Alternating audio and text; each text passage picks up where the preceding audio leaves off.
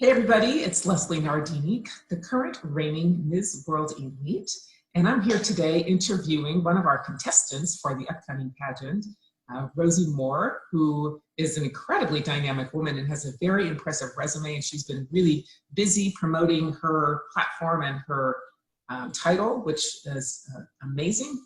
And so you're going to get to know her a little bit more as we talk. I do want to remind everybody that the reason we're doing these weekly interviews is to let people know a little bit more about our program, the Ms. World Pageant Program, why we do what we do, what it's about, and also to encourage those of you who are watching this to join us and to be part of this sisterhood. And it really is an amazing organization. I've been involved with pageantry for many, many years myself, and I love what this program stands for. And so as a current rating title holder, I'm here to help get the word out about what we're doing and get to know also some of the women that are already involved with this. So Rosie, as I mentioned, has a lot on her plate right now, and it took us like a good 2 weeks to find a date that would work for both of us. So here we are finally, our Ms.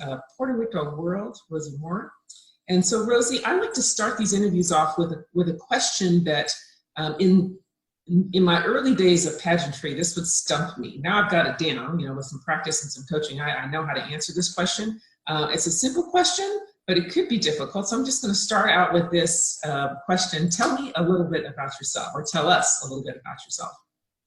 Well, I am Rosie Moore. I am Miss Puerto Rico World as well. And a little bit about myself. I'm a mom, I'm a wife, an entrepreneur. I'm also a nurse. And you're probably wondering, how do I juggle all those things into one? My passion is the gift of life. That's my charity.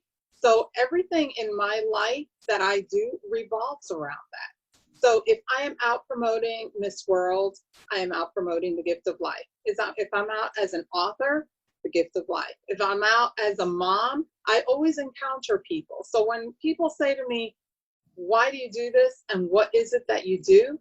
Fire me up with the gift of life, which is my charity for promoting premature babies and supporting their parents. Fantastic, I love that. Very nice, and that gives us a little taste of who you are and why you're doing this, which is going to lead us to the next questions. I'd like to know about your first pageant experience, and more importantly, what motivated you to get involved with pageantry? Well, I'll answer the first one first. What motivated me to get into pageantry was when I experienced a weight loss.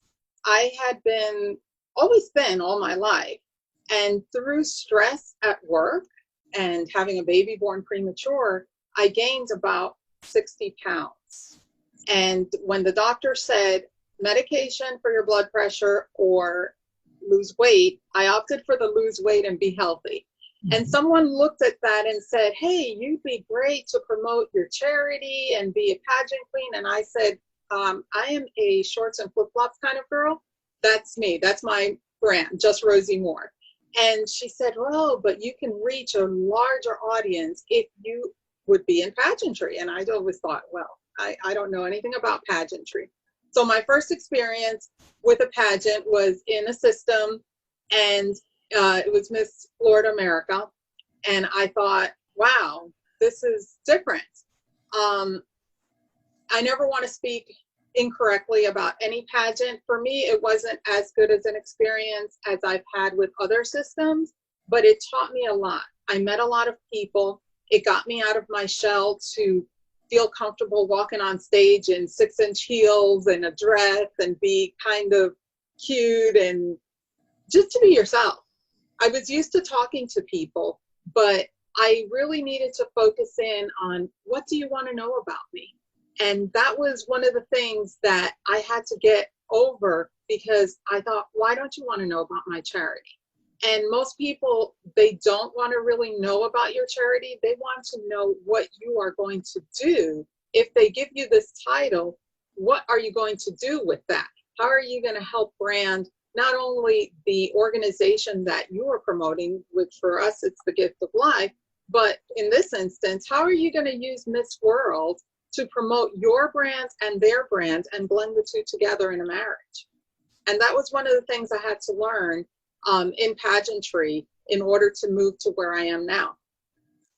I love that. I love that. And you know, one of my questions, you just answered it really. It's like, what is your message as Ms. Puerto Rico World? So I feel like we have a good understanding of that you clearly have a few things you're passionate about, and the gift of life message, and the fact that pageantry gives you that opportunity to have a larger voice and reach more people. And that's one of the things that I love about pageantry as well. One of the reasons I stay involved with it, because it gives you an opportunity to be out there. And there's something about wearing a beautiful crown and a sash that makes people pay attention and look up. And so there's that added bit of notoriety that helps you get your message out even better. So exactly. I love that. Why? So I have an understanding then of why you do pageantry. It's very similar to why I do pageantry. And but I'd like to know what about this particular pageant system, the Ms. World system, that attracted you. What attracted me to this, besides the fact that Nancy was the one that messaged me about it, but I receive a lot of different opportunities from different pageant directors. But what I was looking for, first of all, I have to rewind. And I'll have to tell you, after I did my last pageant last year, my father passed away unexpectedly. And he was my world. And he was the reason why, when I was on that stage last year, and they take that one shot of you with, in this instance, my husband was on the stage with me, and he's looking at me. That's like a key moment. It's almost like the bride and the groom when they first see each other kind of thing. And I wanted that poster for my dad. And when I came back from my pageant, we went on a family vacation, picked up our son, and I said, Dad, when I get back, I have a surprise for you. Because the dress I wore was something like a Cinderella dress, and that's always what he calls me. And when we came back from the beach, we were supposed to come back that Saturday, and unfortunately my son had a stomach bug, so I said, Dad, I'll just come on Sunday. Well, Sunday came, and my mom called frantically that she had called 911 because he just stopped breathing. And so my world was like taken out from under me, and I lost my passion for pageantry, for anything. I didn't want to do anything. I never got to give him the poster. I never got to do any of those things. And so I was thinking, and in my own little funk of what I was in, I knew I had to fulfill my title that I had just gotten. And so I fulfilled that, but then I said, and I thought, when I said I'm done, something inside of me stirred and said, but how are you going to honor your dad? And it made me think, I want to do his country. He's from Puerto Rico. I lived in Puerto Rico for about 2 years as a baby, but that's where he was. And I thought, you know what? I'm going to find a system that I can interview in that will represent in a worldwide manner, a system that looks at women not just for a brand of a size 2 or a 4, but that encompasses all races, all ethnicities, color of skin, body types. I love the fact that when I went to the Miss US World website and the Miss World website, that I saw women of all colors, of all ages, of all, like, everything, wearing a crown, wearing a sash, and winning. And I just thought, it's not even so much about the win. It was just about being accepted. And I was very nervous when I interviewed with Nancy, because I thought, well, this is world. I don't know if I'm cut out for it. And she asked some poignant questions, and I was able to answer them. And I was so happy when she said, welcome to the sisterhood, and you have the title of Miss Puerto Rico. And I was just ecstatic. And ever since then, it's just been like a dream of mine to be on a world stage with women from all over the world, all different nationalities, that I can bond with and say, we have a sisterhood and we care about each other. I love that. That's so great. And by the way, I'm so sorry for the loss of your dad. My condolences. Thank you. My dad passed away suddenly several years back now, and I know how hard that is. And so I'm sending you my condolences around that. So thank you. It takes time. I know how that is. And good for you to find strength in that, to carry forward and to do something positive with that. You know, that's a big message that I have whenever I'm speaking, is that no matter what happens in our lives, even the current environment that we're in and the big challenges that we're facing as, you know, as a global population, there's always something you can find through any kind of difficulty to strengthen you and to help you move forward and to help other people too. And I think as you walk through those things, you know, it's harder to really understand that. So I'm very impressed. Good for you for taking that very difficult situation and finding some strength and power and courage in that. Thank you. So doing, I'm sure, inspiring other people along the way. So yes. So a little bit more of a fun question for the competition coming up in October. And for everybody who's watching and listening, we are still planning to have the pageant in mid-October in Las Vegas. We're still on track with that. And so until something changes that we're not allowed to or able, we are absolutely going to be doing that in October. And so that's about 90 days away. So what are you doing to prepare yourself, Rosie? Well, I look at it this way. I've always been health conscious. So I've always been, after I lost all that weight, which was all stress weight, I've maintained, and I might have pizza and ice cream every once in a while.